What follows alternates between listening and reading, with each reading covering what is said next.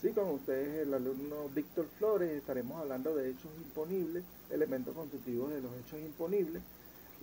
El hecho imponible es la situación que da lugar a pagar tributos, ya sean impuestos, tasas o contribuciones especiales. En el capítulo 4 del Código Orgánico Tributario, específicamente en su artículo 36, este artículo nos habla del hecho imponible. Es el presupuesto establecido por la ley para tipificar el tributo y cuya realización origina el nacimiento de las obligaciones tributarias. Es el concepto directamente del Código Orgánico Tributario, específicamente en el artículo 36, capítulo 4 de hechos imponibles. En los elementos constitutivos del hecho imponible tenemos el elemento objetivo. Es la situación o hecho definido en la ley y que hace surgir las obligaciones de pagar un impuesto concreto. Tiene que ver con la riqueza del sujeto o la realización de un acto de poner de manifiesto la cierta capacidad económica, que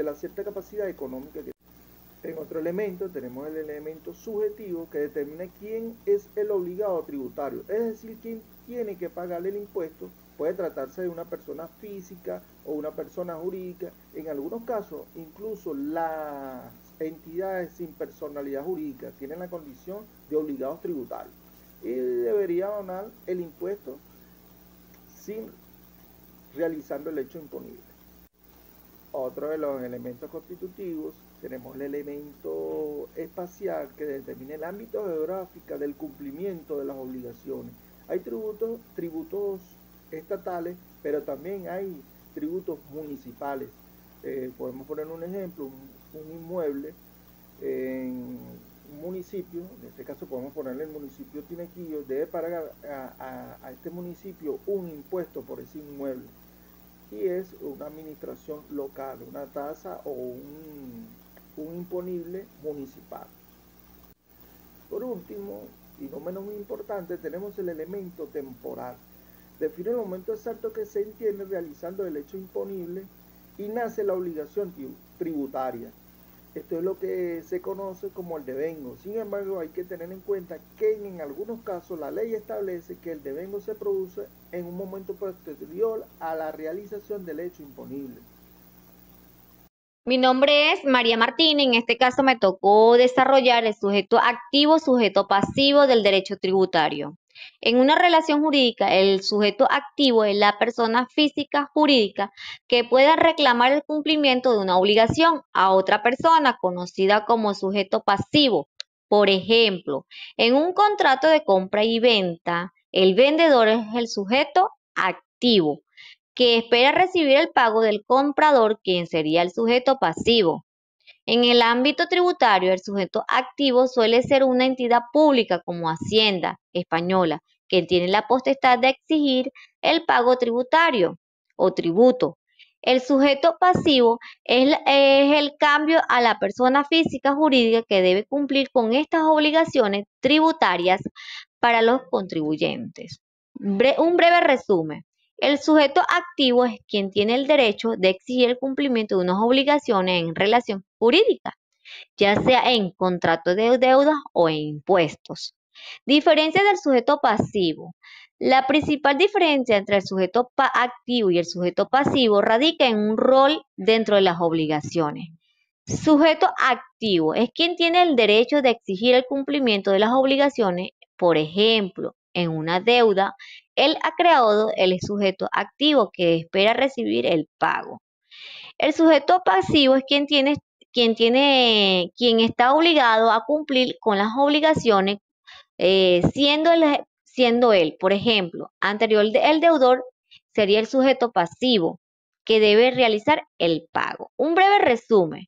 El sujeto activo es el que tiene el control de tener una relación jurídica, mientras que el sujeto pasivo es el que debe cumplir con las obligaciones establecidas. Mi nombre es Ángel González. En este podcast, me toca explicar en la relación jurídica tributaria el contribuyente. Es la persona física jurídica que genera la obligación tributaria y debería pagarla. Ejemplo, una persona que trabaja y recibe un sueldo es el contribuyente del impuesto sobre la renta, ya que sus ingresos son los que causan el impuesto. Responsable es la persona a la que la ley le impone la obligación de pagar un tributo, aunque no haya sido quien generó el hecho imponible.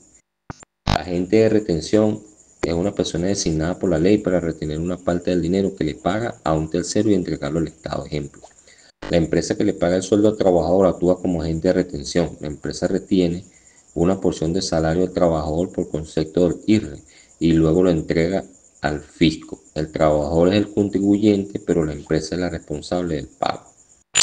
En el agente de percepción es una persona designada por la ley para agregar un monto extra al precio de un producto o servicio que vende y entregarlo al Estado. Ejemplo, una tienda que vende un producto, por ejemplo un televisor, es un agente de percepción del impuesto al valor agregado IVA. Al vender el televisor, la tienda le suma el IVA al precio, se lo cobra al cliente y luego lo entrega al Estado. Los responsables y la solidaridad en materia tributaria. Los responsables, como los agentes de retención y percepción, cumplen la obligación tributaria en nombre de la contribución.